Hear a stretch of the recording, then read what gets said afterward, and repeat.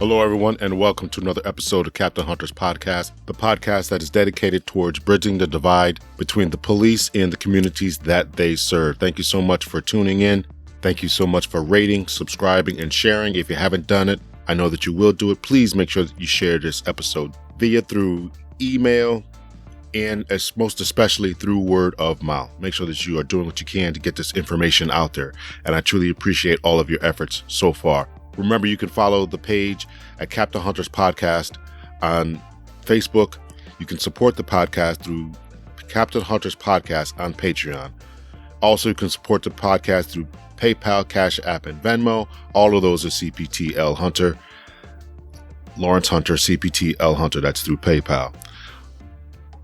Today's episode, we got a good one for you. I have an attorney from the Philippines, Miss Christine Mendoza. She works for Street Law PH that's down there in the Philippines. She's going to talk to us about the war on drugs that's going on and it has ravaged the country down in the Philippines. When you hear her story, when you hear what's going on down there in the Philippines concerning the war on drugs, you will be shocked. So make sure that you are seated in, strapped in, as she's going to discuss what's going on down there in the Philippines. I hope that she and her cohorts are staying safe and doing what they have to do in order to stay safe. I met Miss Mendoza at the Drug Reform Conference in St. Louis, Missouri. She was so kind enough to, from the Philippines, come to the Drug Reform Conference in St. Louis, Missouri. Then she swung over to New York for a little while, took in some sites and everything like that. And while she was there, she gave me a call and we got this interview done. So I really, really appreciate her taking the time and taking the effort. And truth be told, I had some technical difficulties and she was so patient and so kind to do the interview.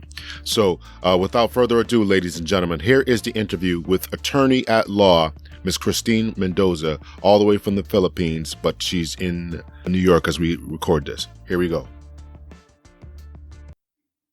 Thank you for being on Captain Hunter's Podcast. I'm on with Christine M. Mendoza, advocacy and legal officer. You have an organization that you're going to tell us about, and you are fighting for justice. We met at a conference in St. Louis, a drug reform conference, and the talk that you gave was very interesting, so I wanted to have you on the podcast, so thank you again for being on the podcast. If you would, just tell us a little bit about yourself. Thank you for having me. Yes, I'm Christine Mendoza. My organization is called Street Law Philippines. It's an organization of lawyers who provide access to justice services to people who use drugs in the Philippines. So we just started. We started in 2017, and we provide legal literacy trainings, paralegal trainings to people who use drugs in the Philippines. We also do harm reduction, and we also do advocacy and policy reforms. So that's kind of the profile of our organization. Very nice. And how did you get into this line of work? It started in this program in the University of Hong Kong, Drug Policy and Human Rights. It was in 2016. At the time, there have already been 4,000 deaths of Filipino who use drugs. And we want to understand what's happening in the country. It took us by surprise. It was shock and awe in 2016.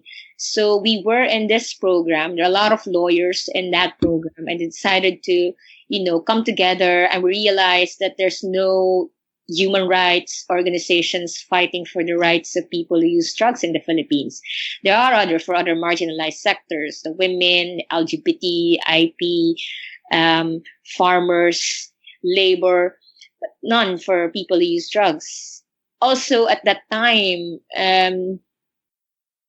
that was the only time that we saw a special marginalized sector, the criminalized sector, that we're not able to provide services for. And that's kind of concerning, alarming at that point, because even at 4,000 deaths in 2016, people don't really care about it. It's kind of legitimized in the eyes of the public. And that's what worried us and made us realize that we have to do something about this. This can't go on. These are killings. These are human rights violations.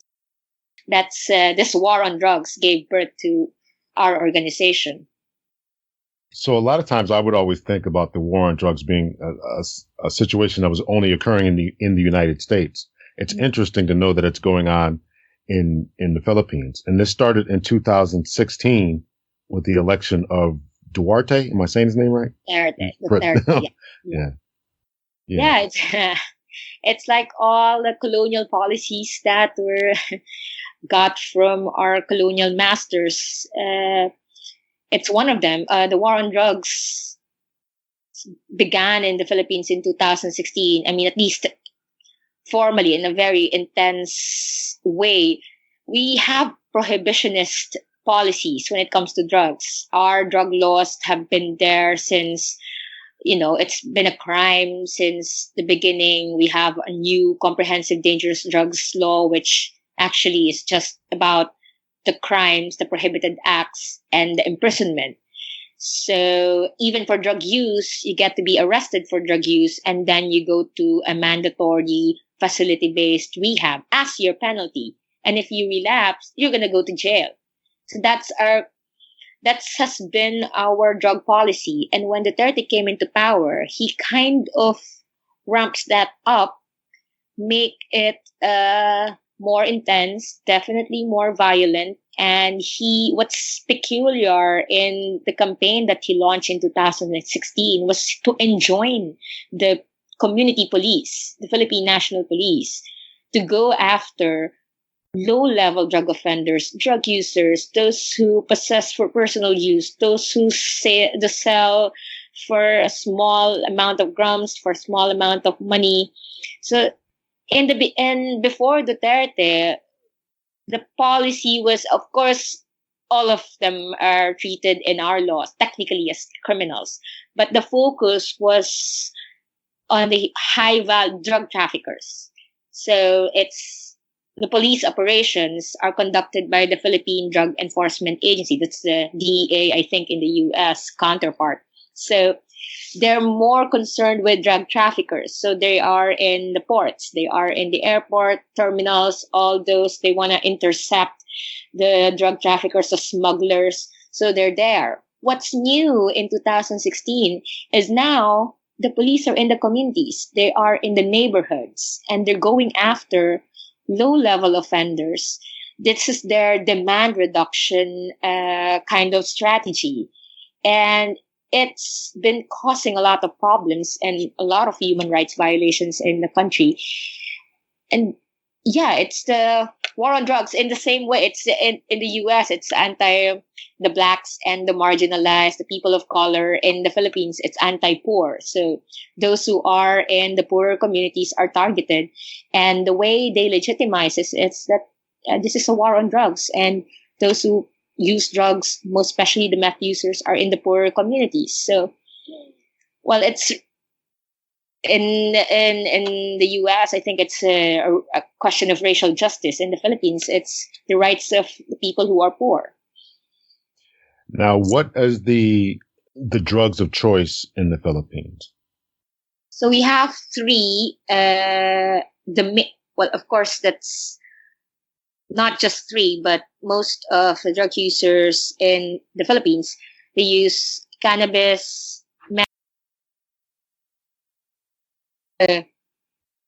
it's in other parts of the world, but they have this glue thing that they sniff as solvents.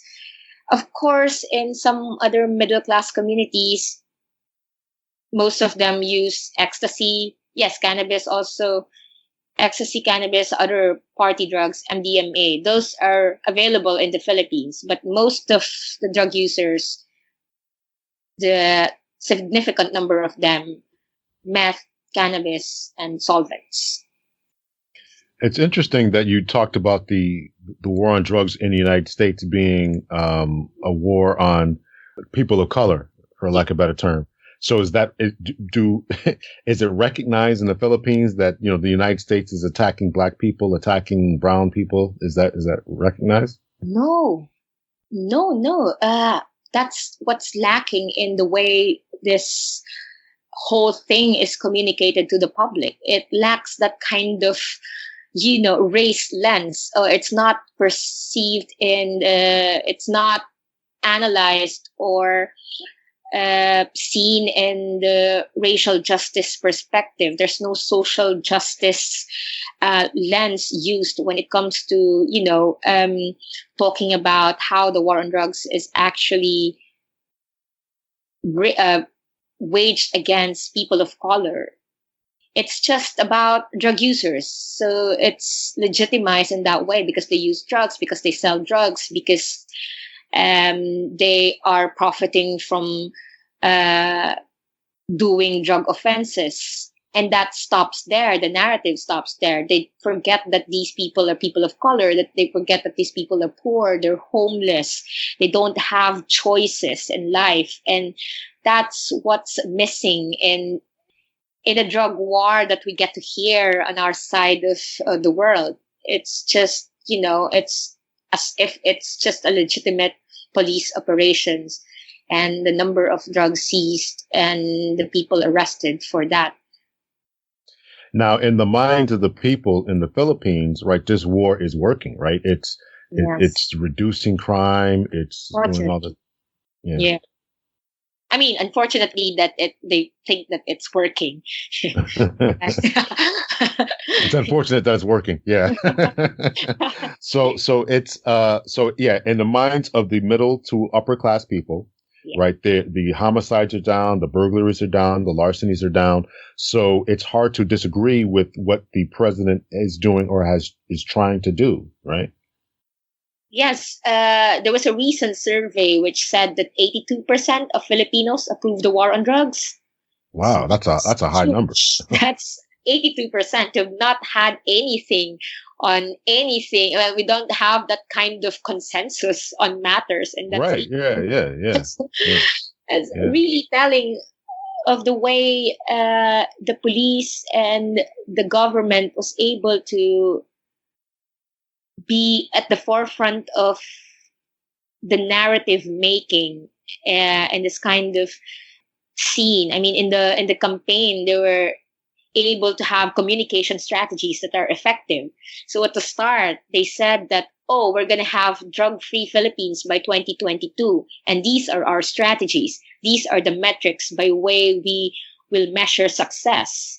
Number of arrests, number of people in prison, number of people who surrendered, number of people we put in community-based rehab, whatever that means. But at the onset, they were able to say that these are the metrics. After 3 years, they said that, okay, so we were able to get the numbers and we were able to reduce crime. And that's the main objective, reduce crime. But this is not just about the numbers. They tend to forget the number of people killed, the number of people in prison, women in prison. It's 100% increase in some of the female dormitories, all for drug offenses. And the number of students who have to undergo drug testing, urine testing. So it's kind of blind. The metrics are blind to the real impact of the war on drugs campaign. And that's the main thing. That's the main narrative that they're selling. It reduces crime. But as you said, it's just crime against property. The middle class and the upper class are concerned about crimes against property because they have property. So less burglary, less theft, less robbery, less, murder committed by what they call poor people. So it's good for them. So they remain supportive of this war because it benefits them. To them, it's making the streets safer because they don't see drug users using drugs in the streets, and they can come home late at night without fearing, being robbed or being asked for money. I don't know. To them, it's their only concern, and it's very selfish, and it is not very conscious of the fact that this is a class war. It's divide and conquer. That's a strategy. You divide people according to their interests because they're self-interested anyway. So they cater to the middle class and the upper class, those people who are in power, those people who pay taxes, of course, because they can pay taxes. And they kind of legitimize this whole campaign, saying that it's actually working, it's actually effective. See, we have better lives, and forget it's convenient because it's convenient for them to forget the lives of other people, those in the poorer communities, those who were killed. And so even the number of deaths, 35,000 or so, 5,000 killed according to the police, but now it's at 7,000 according to the academe, that were killed in police operations. They tend to forget that. They set that aside and say that, well, it's an effective strategy. We don't care. So that's how they were able to make this a very popular campaign. And that makes Duterte some kind of have this kind of social control and political control over the Filipinos. And it's being imported by Duterte in some other places in the world, and Bangladesh, Sri Lanka, Indonesia was actually looking at Duterte and saying that, well, what he's doing is effective. Maybe we should do some sort of copy that kind of policy. And I don't know. I don't get it, actually. It's something that is very alarming. And in the way that we are at this point in time globally, where the conservatives are in power, those who are fascist are in power, it's scary that we have this kind of campaigns and that we were able to have these populist leaders and have this campaign against the poor, against the marginalized, against the people of color to be legitimate. That's what's concerning.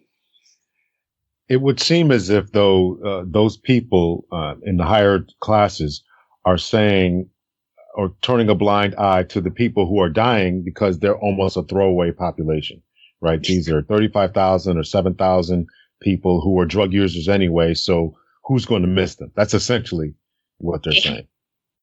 Yes. The stigma is really something that's deeply seated in the minds of the people, and it's the stigma of drug use and those who are dealing with drugs, and the stigma of being poor and homeless and jobless. That's what make their lives, according to these people, dispensable. Is that correct? Dispensable, something that you can, just throw away because they don't contribute to society anyway. Their problems, their eyesores. So it's kind of it's sort of we're joking about this, that it's an anti-poverty program.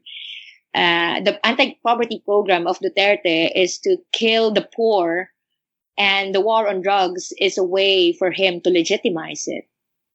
Wow, that's really deep, really deep. Can you talk about, when we were at the conference, they were talking about a term that was very new to me, and that's harm reduction. Harm reduction versus the abstinence programs. Talk about the comparison between those two. So harm reduction is not really, we call this, it's not very abstinence versus harm reduction way. It's abstinence is actually part of harm reduction. It's harm reduction, as we said, it's meeting people where they're at. It's a policy, programs, even say that it's a philosophy of people keeping safe. People who use drugs don't need treatment anyway. I mean, 10% of drug users are the only ones that has, I wouldn't say it problematic, but it's the way 10% of people who use drugs need some kind of sort of intervention. And that's where the treatment centers come in. That's where the programs, rehab programs come in. And some of them uses abstinence-based approach. And well, according to evidence accumulated over the years, it's not abstinence-based approach is not really very effective if you want to address drug dependence. So harm reduction is that gamut of services, a continuum of services that you offer to people who use drugs, meeting them where they're at, letting them set their own goals. So if they want to stop drug use, okay, so we can, help them go into that direction. Maybe manage it first, once a week, twice a week, small doses. Um, if you're on some other drugs that has substitution, there's substitution therapy treatment. So some have methadone that are available. So mostly heroin users, they use methadone. So they go to centers, they're given that kind of substitute to drug use, and it's effective. They were able to address their dependence on heroin in some of these centers. Others, they have it depends on which drug you use. So for heroin users, there's substitution therapy. For those who are injecting drugs, they use needle syringe programs. So they will not transmit blood-related diseases via sharing of syringes. So yeah, heroin users, those who inject drugs like opioids in the Philippines, in the brain, they're given free new needles. Some of them, they even in the outreach programs, they crush the used needles so somebody else won't use them anymore, because it would make them vulnerable to HIV, Hep C, and other blood-related diseases. So for meth users, it's called trip sitting. Well, that's what we have right now in the Philippines. That's what we're teaching the community-based rehab programs, because we don't have a lot of resources, and the studies on meth are not yet that much compared to other other drugs. So those who are high, they come into the centers, to the community-based programs, and then someone is supposed to look after them while they crash, while they do their withdrawals. Someone is going to keep them safe in case they want to take again some drugs. Even in some other countries, they have drug consumption rooms. I know you've heard of them. It's a safe place for people to shoot drugs, people to take drugs. There's going to be a nurse. There's going to be a doctor who's going to make it. That seems so wild to me. That really, really does. I have seen some of them in Copenhagen, in Denmark, and it's their goal. Really, it depends on the goal. Actually, it depends on what you want to achieve. So in that area, in that part of Copenhagen, they wanted to prevent overdose. And these drug consumption rooms, they're actually preventing overdoses, because people are coming in, drug users are coming in, and they are watched over by nurses, health professionals, so they won't overdose. Of course, they're linked to other services. It's not just health, it's also social services. So if they use drugs to keep them warm at night, because most of them are homeless and they're in countries where there's winter, they give them halfway houses, they give them coats, they give them hot coffee while they're on the streets. Some of them don't have jobs, so they, link them up to some employment opportunities. In my country, that's also the problem with meth. We're always saying this, that you manage the use, but you also address the root cause. Maybe you use meth, so you have to stay awake because you have a 24/7 job and you have other side hustles, and you need that much money to send your kids to school. So maybe we can link you up to some employment opportunities that will allow you to sleep, or at least make both ends meet without having some sort of need to take drugs. And those are kind of very individualized services, programs that cater to people who use drugs, help them address their drug use. We're not saying that they should take drugs, and that drugs are not harmful. Drugs are harmful. People who have not yet done drugs should not do so. But if they're already there and they need help, they're already dependent, they already have problems with the way they health problems and everything with the way they use drugs, we can't just leave them alone. We have to meet them where they're at. We have to help them, and whatever goal they wanna achieve in their lives. It's sort of very practical. That's what I call harm reduction. It's very practical. It's very reasonable. It's something that works. And people should, most of the mainstream programs are abstinence based, and most drug users, when they come in, they say that, oh, we want to actually stop doing drugs. And okay, that's okay if you can do abstinence and that is your goal, it's okay. But if you relapse, we won't kick you out of the program, because relapse is part of treatment. Relapse is part of the, it's the part of the process. So, and most abstinence-based programs, and I'm very critical of them, would deny other people of the services once they relapse, and that's the problem. You don't do that. It's not very evidence-based. It's not helping people reach their goal. It's very punitive, and it should. Well, they're not. Treatment health services, that's good, that's great, and I love people doing that for people who use drugs, but we have to rethink our ways, be more practical, be more humane, compassionate in the way we provide services, and that's harm reduction. Very nice. So, and along the terms of this harm reduction and understanding and being more practical and more humane, in a previous conversation we talked about how the poorer people were using the meth, and they were using it because they were trying to stay awake or stay alert on their jobs for longer periods of time, right? So they work 8 hours or 10 hours or whatever they're working. And because it doesn't pay enough, those jobs don't pay enough, so they had to do extra work. And so in order to be alert and to be active and vibrant, they were taking this meth. Yes, that's a situation in the Philippines, and that's what's left out of the narrative.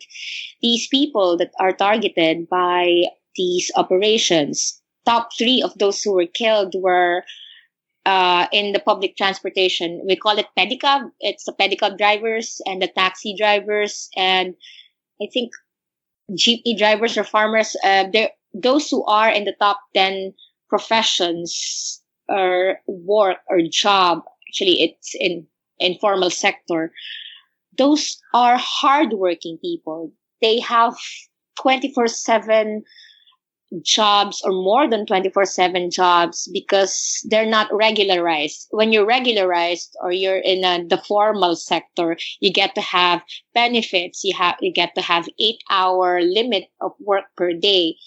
But if you have a big family, you have kids to send to school, you have somebody who needs medical attention in the family, and you don't have health insurance, you need more jobs.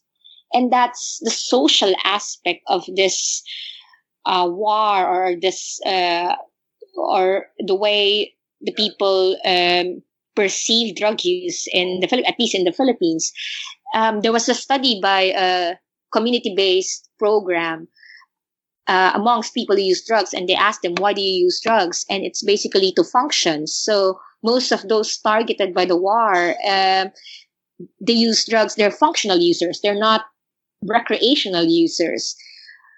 Some of the drug users in the Philippines are recreational users, but those who are targeted, most especially those who are using meth, they're functional users at the start of their at the history of their drug use, because yes, they come from lower income families. They come from communities doing informal sector, construction workers, taxi drivers. They needed more money, they needed more hours to work, and they needed meth to do that. And I don't know why people don't see that in that way, that they're actually victims of this sort of economic structure that exploits them, that makes them suffer this working condition. So just so they can have enough money, just so they can live, just so their families could live.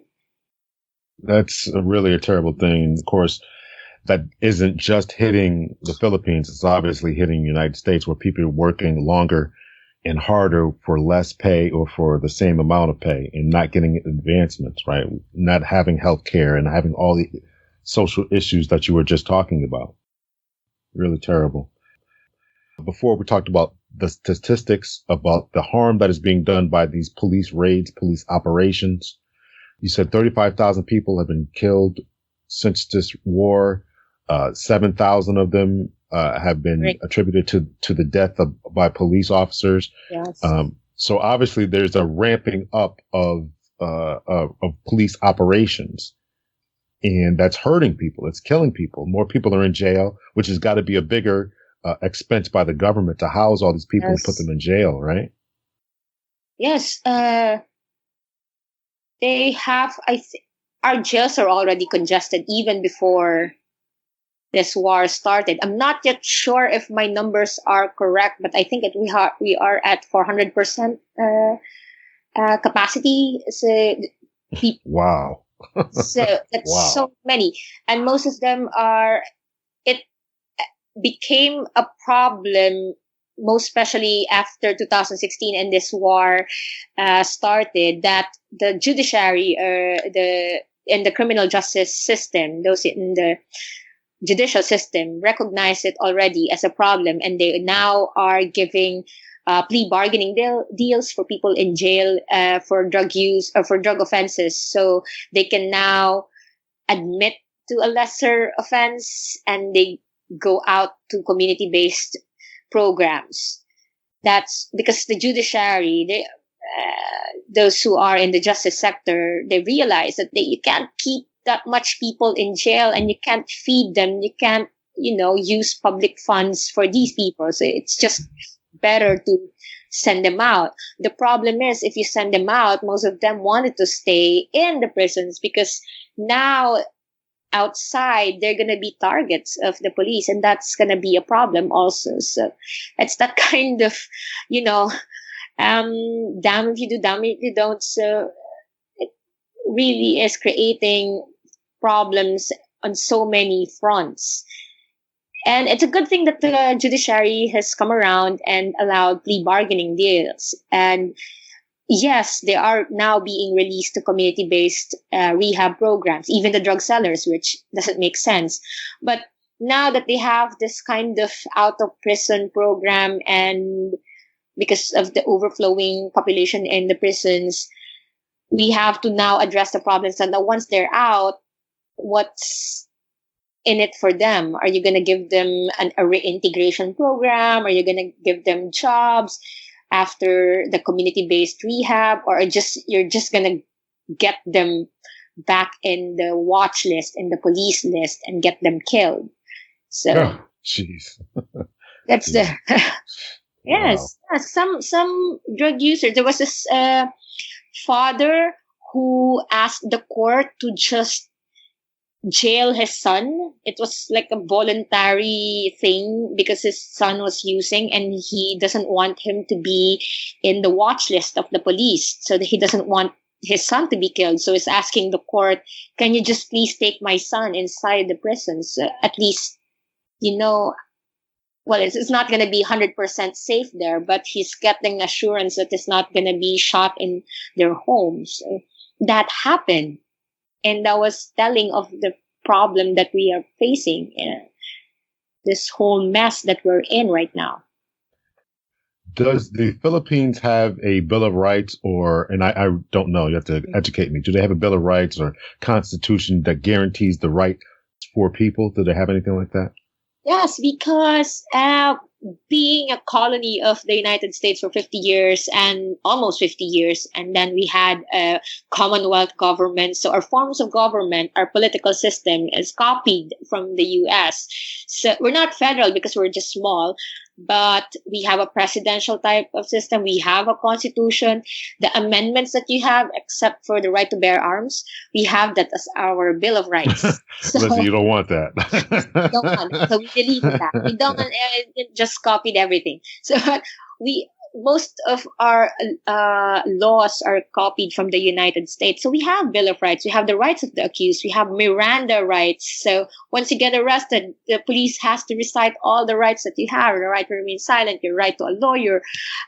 Everything is the way the U.S. I think the implementation is totally a different story. But We have that. Okay. We have, and then we have even the rights of the accused are in a law. So we have the rights of the accused while in their detention, custodial investigation, while uh, subjected to arrest. We need a warrant for arrest, a warrant for searches.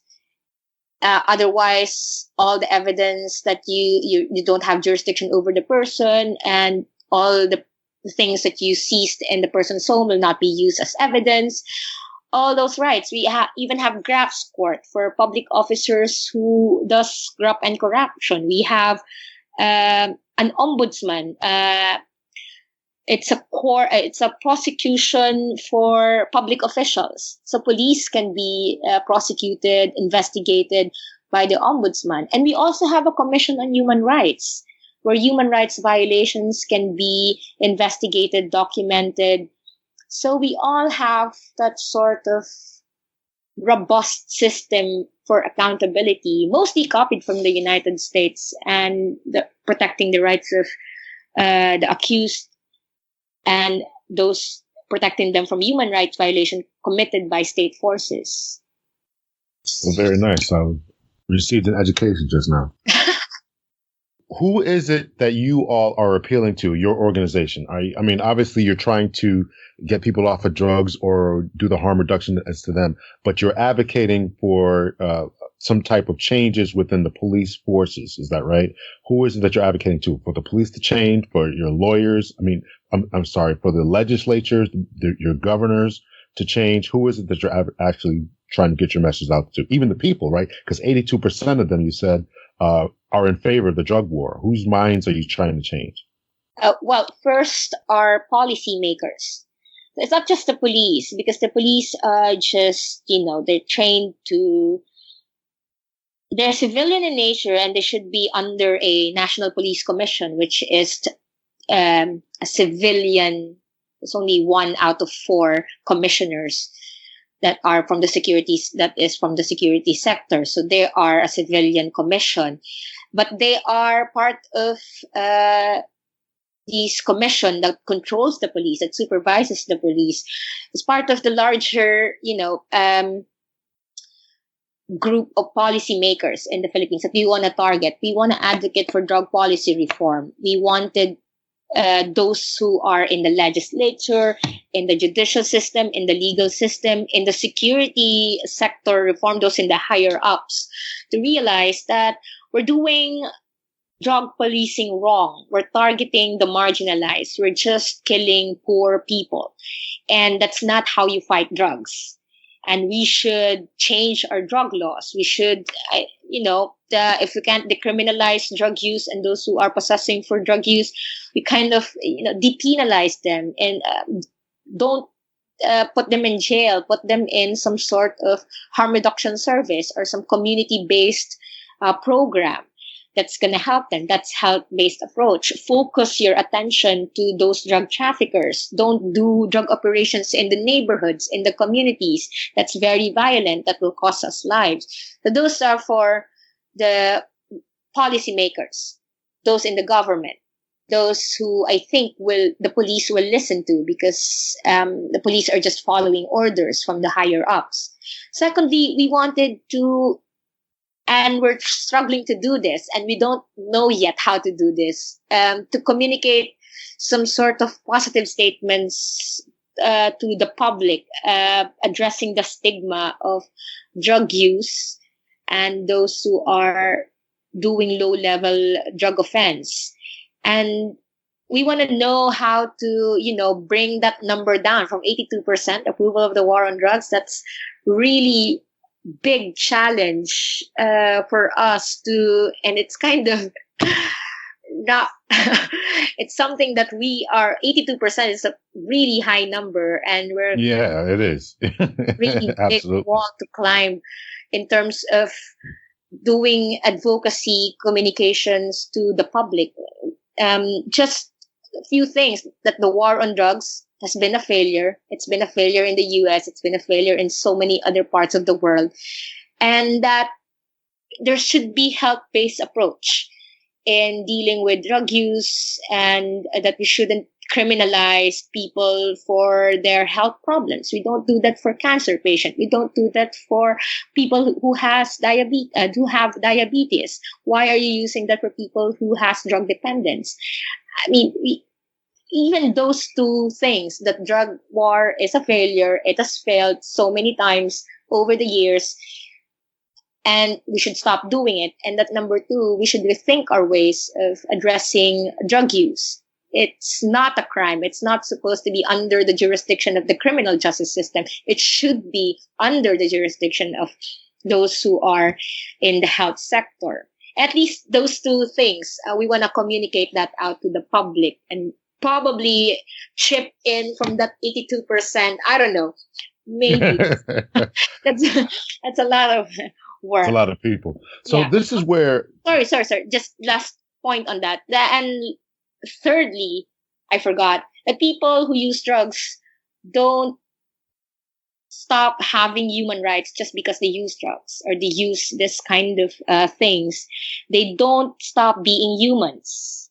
Right. I agree. Will kind of address the stigma that when you're a drug user, you're automatically a criminal, you're automatically a bad person. That's not true. That's not how things should be. And we should address that because it's legitimizing this kind of harsh policies.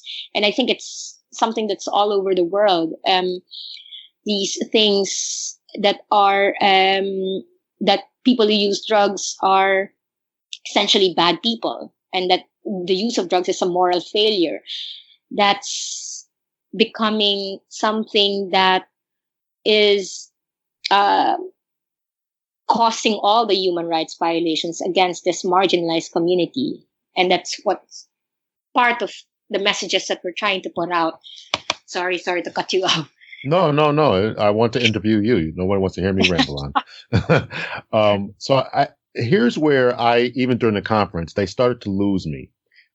I agree that drug treatment should be a health concern, right? So we should, I don't believe in arresting people. I see the point in that it's a failure of the criminal justice system. What we've done is house people. I get all that. I'm with you 100% on that. But where it starts to lose me at is when I hear people, kind of equate the difference between, we're not arresting people for having heart disease or high blood pressure or whatever, because I don't think those are two. I don't think that people who are on drugs, whether it's problematic, as we talked about before, or not, and someone who has heart disease are really the same thing. Now, certainly neither one of those two groups have chosen to have those issues. But at somewhere along the line, people have chosen to pick up a needle or smoke that joint or whatever, or however they get it into their body. And I had this discussion with other people, and I understand that we want to be sensitive to where people are at. I get that. But I don't like that comparison. Having cancer is not the same thing as having a drug addiction. Oh, I respect it. I think I've gone too far also with the metaphors and comparing things. But no, not you, not just you. Other people are saying it. No. I'm not saying you. You did say it. Yes, that's true. But other people did say it. I heard it numerous times at the conference we were at, and numerous different panels, and that just loses me because let me just say, my podcast listeners have heard this before. I actually have heart disease. I had a triple bypass last year. I didn't choose to have heart disease. I mean, I probably could have made better lifestyle choices along the way. But to say that that's the same thing as having a drug addiction loses me and loses other people along the way. Yeah. You're not the first person who told me that. And I think I'm so sorry about your triple heart bypass. But I think the point is just to treat them in, put them into some sort of medical service. And that's the only thing that we wanted to say, that, treat them as a health problem. It's not the same thing as cancer, of course, but right. No, and I agree with that. We agree on that point. Let's get them the help and services that they need. Yeah. So during your talk, you talked about the corruption that has been going on with the police departments, right, or with the police and it's a nationalized police service, right? Yes. One police force, essentially, that is nationalized. So there's a corruption that's going on. Since this war started in 2016, now there's corruption going on. There's sexual favors going on in order to get out of prison. Police are beating people, killing people, just going above and beyond. Just talk a little bit about that. Yes. In the conference, the presentation that I gave was to tell people that the war on drugs is further corrupting the already corrupt police force that we have. So they gave them so much power now that they're on top of the police operation. They're the top of the operations, because the usual, at least on paper, is that the local chief executives or the mayors, they're supposed to be the ones who are supervising and controlling the police force. They give them orders. Now it's the other way around. It's the police who now heads these agencies, these task force. They are now in power and they call the shots. So what does this resulted into? Aside from all the killings, there have been harassment of people who are subjected to police operations. They beat them up, they lock them up, they lock them up, they detain them for so many hours, even beyond what's 36 hours for grave offense.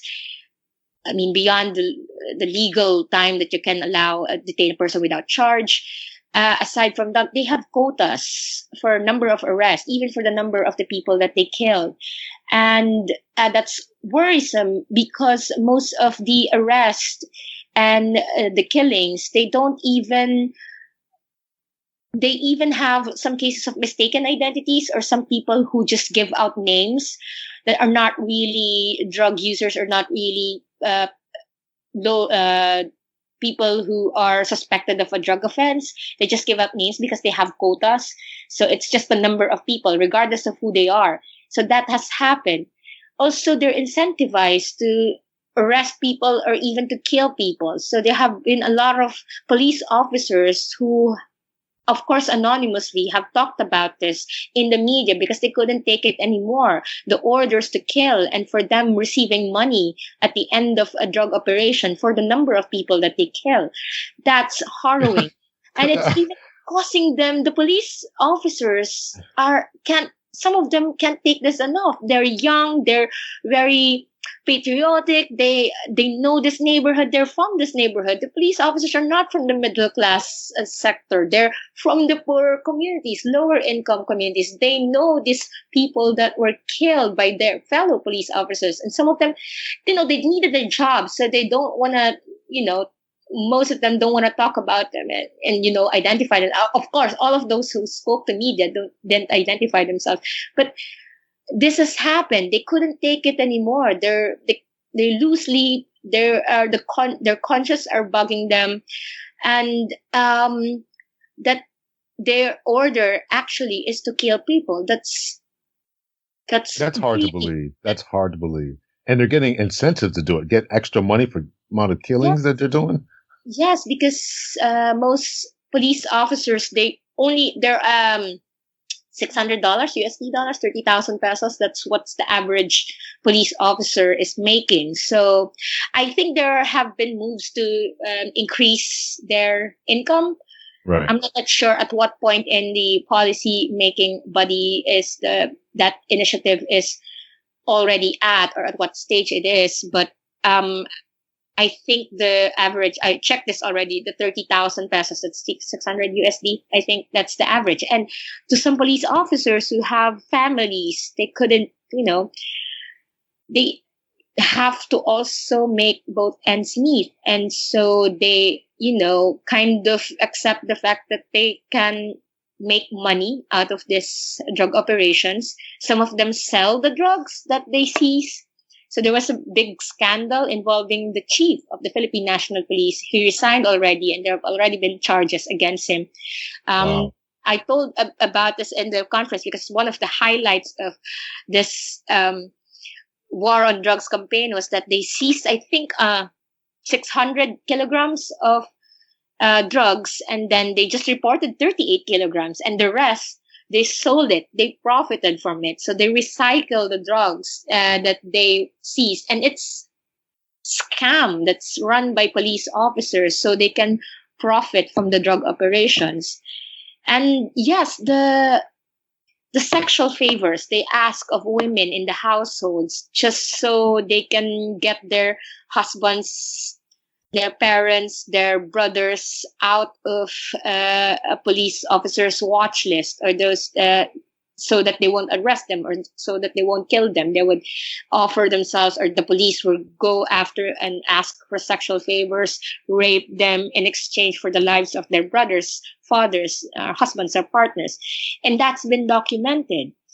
And so, as I've said, power corrupts, and absolute power corrupts absolutely. And these police officers, well, except for those who have gained some conscience, or who has conscience, are becoming so bold with the way they conduct these police operations, because they don't get sued anyway. As I've said, 3 years, just one conviction, just those three low-level police officers, low-ranking officers, not even their commanding officers. And I'm not even sure if they're actually in a jail. There's some sort of in a detention for police officers.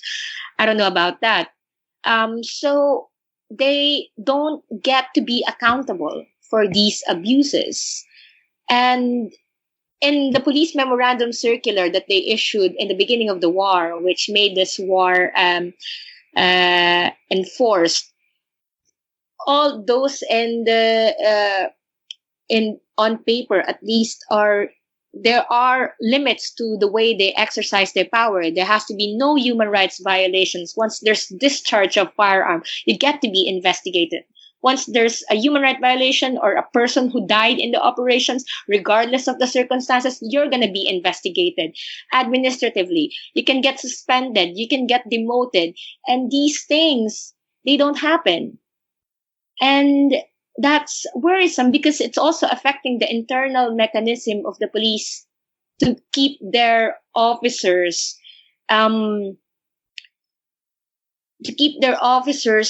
away from being corrupted, I guess. So it's also costing the police their professionalism, Right.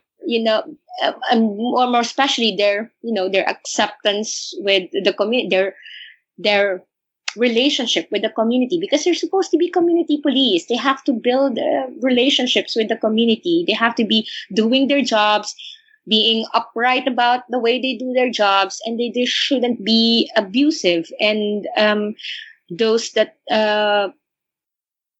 things that they do extra from the operations and from the way that they do legitimate police work, that has to be accounted for. That has to be there. They have to pay for it, because it's not in the memorandum. That's not the orders. I mean, at least on paper, but there are some orders for them to kill, and there are some money for it.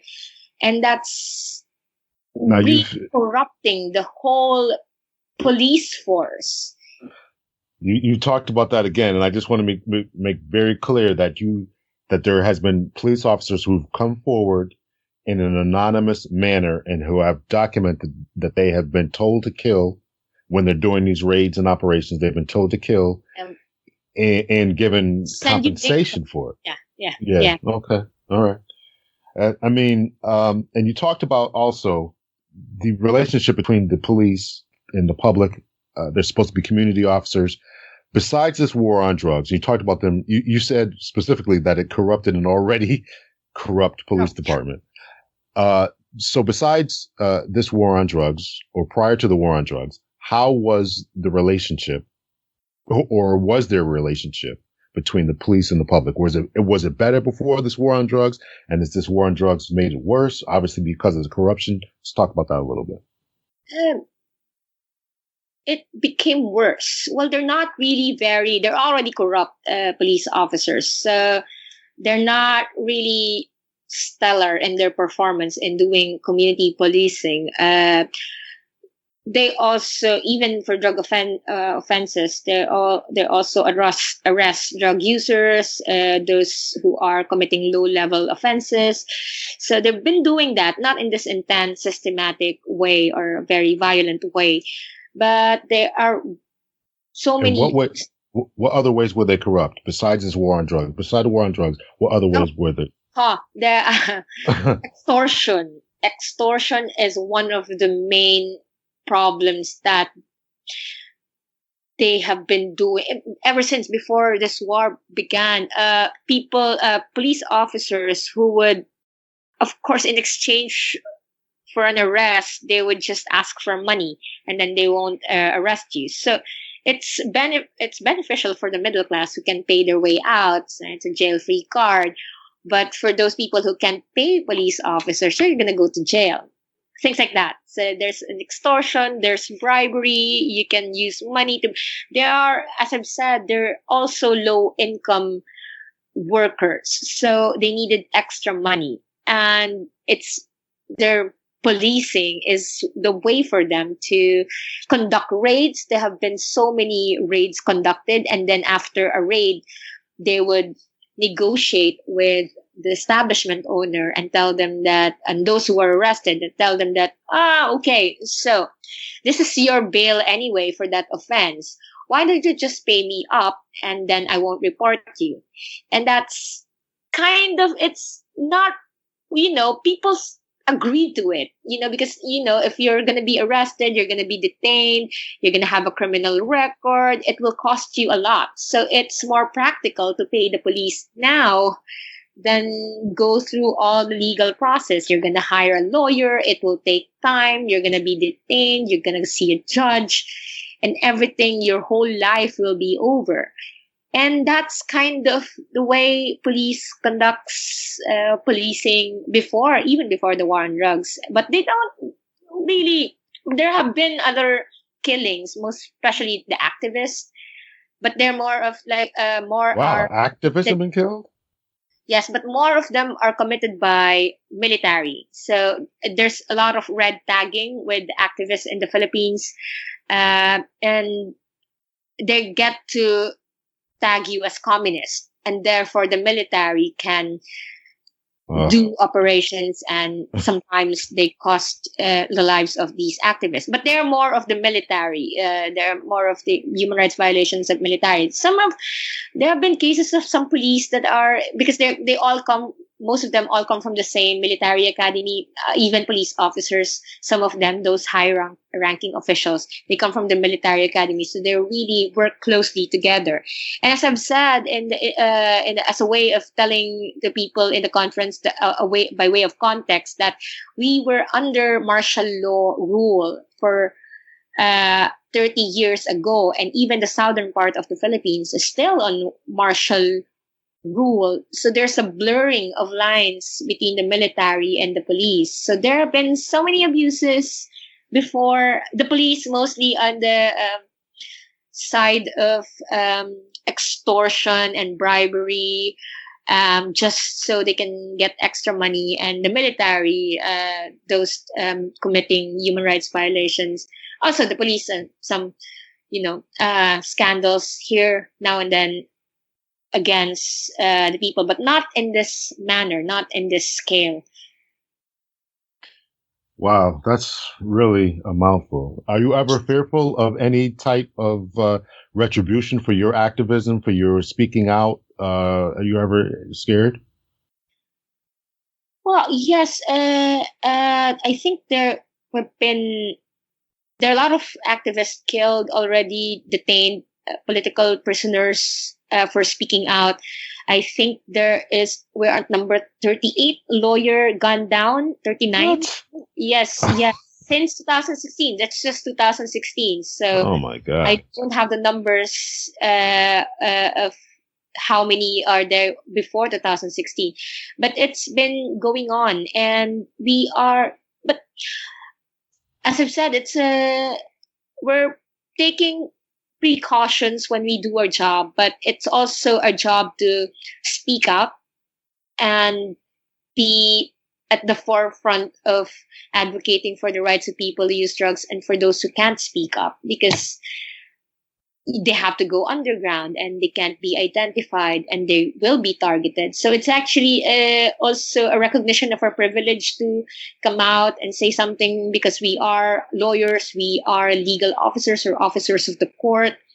But some high profile cases, some activists who have been very vocal, they have been in some kind of problems, not just the killings, but some of those in the opposition are charged with sedition, saying things against the government. So there are a lot of harassment going on. But as I've said, we have to do what we have to do, and Wow. I think it's this advocacy in the end, being out there and speaking against all these killings, is also a way for us to be, protected in a way that, you don't, well, they're doing it anyway, but they're not going to target people for being a human rights defender. I mean, that's unconscionable, but it's happening. They have to just legitimize it, call them communists or call them people who use drugs, and then they get to legitimize their. But if you're a human rights advocate, you have to do what you have to do, and Yes. we're hoping for the best. Of course, there are so many security concerns, but we're doing things that we have to do, and also we are mindful of the risk that we're taking. Do you have security? I worked in a case before that required security, but it's I worked for that 17-year-old boy killing case. I was the lawyer of the witnesses. We're a legal team, so I'm the youngest, so I'm not really at the forefront of everything that we did. But at that time, we were issued security details, so because that's a high-profile case. But that's over now, and then we got a conviction, so we don't have one right now. But if there is an active case, we're taking security. I'm not really litigating an active case right now, but if we're gonna do that, we're trying to. We're gonna get security if we needed that, but we are calculating the risk. Most of the cases that we're taking in right now are not very, as we said, most of those who are our clients anyway do not want to file cases against the police. So we're trying other remedies to protect them and not go against the police as of yet. So we're just documenting all the abuses and maybe have them turned over to the UN agencies, ICC, Commission on Human Rights. They have protective measures. So we're very, I don't know, or doing the best that we can, mindful of the resources. I definitely give you a lot of credit. You're definitely. Yes, but security measures are available. Yeah. And you in some cases you have to appeal. I want to let you go because I had you for a while here. In some cases you have to appeal to the UN and not just the forces that, by forces I mean the legislative bodies and all that you mentioned before. You have to go outside the country in order to get some stuff done, right? Yes. There's an ongoing, I think, report that's, I'm not sure, but our deadline is on next year, I think. Also, the ICC is going to conduct a preliminary investigation of the killings, and we are submitting the documents that we have so far. So, and that would be the 7,000 killings that have happened since 2016. For police operations, police raids, and the police operations that have gone. Also those 29,000, or those outside from the 7,000 that were killed and still under investigation, because they shouldn't be, even if they were not committed by the police at the end of the investigation, they shouldn't be happening. It's the negligence of the police officer to let those killings happen, even if they were committed by drug lords or vigilantes hired by drug lords, even if they're totally not connected with, it's the negligence of the police and the police system that made these homicides possible. So it's actually also part of their accountability. So those documentations will kind of link them up to all this human rights violations. Very good. Thank you so much. It was very informative. I'd like to have you back on sometime, maybe when this report is done that you talked about. Yes, send me an email. I definitely will. And hopefully we won't have the technical difficulties that we had before. Yeah, but when I'm back in the Philippines, we will have technical difficulties. Oh, don't say that. Well, I'll get you next time. But you're in New York right now. Yes. When do you go back? Friday. Friday. Okay. Well, enjoy your time are you just on vacation, or are you doing any work there, or are you just kind of a little work and a little vacation? Very nice. Very nice. So I would have loved to have done this live, but I got some other priorities I gotta deal with. So, but thank you so much for your time. It was very informative. I would certainly be calling you back. I don't know if your organization takes donations, but where can people reach you at, get more information, about Human Rights Watch or whatever you got going on? Oh, yeah. I haven't thought of that. I just, that's our email address. I gave you my our email address, streetlawph@gmail.com. And we haven't set up some sort of ways to get donations. I haven't thought of that actually. But yeah, just send me an email and I'll be responding as soon as I can. And thank you for this opportunity to share our story.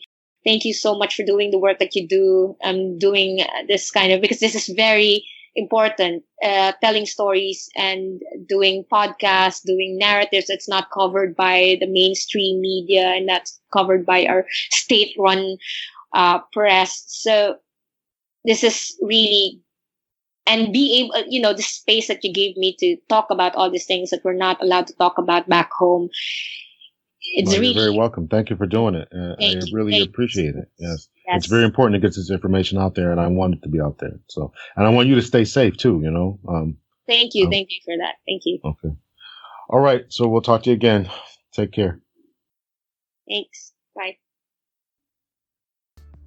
I want to thank my special guest, Miss Christine Mendoza, for being on the podcast. Truly, there was some really interesting stories that she was telling us about the life and times and the problems that are going on with not only the war on drugs, but just law enforcement in general down there in the Philippines.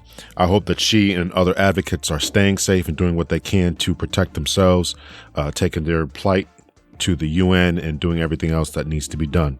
So thank you once again to her being on the podcast. If you'd like to reach out to her, her email address is streetlawph@gmail.com. Streetlawph, that's Papa Hotel @gmail.com. Just give them a shout out and see how you can support their cause. So thank you so much for tuning in. Please make sure that you rate, subscribe, and share this episode. Head on over to the Patreon page, Captain Hunter's Podcast, on Patreon, patreon.com. You can also support the podcast through PayPal, Cash App, and Venmo. And make sure you follow me on Twitter, CPTL Hunter, Instagram, CPTL Hunter, Facebook, Captain Hunter's Podcast. Until next time, ladies and gentlemen, much love and peace.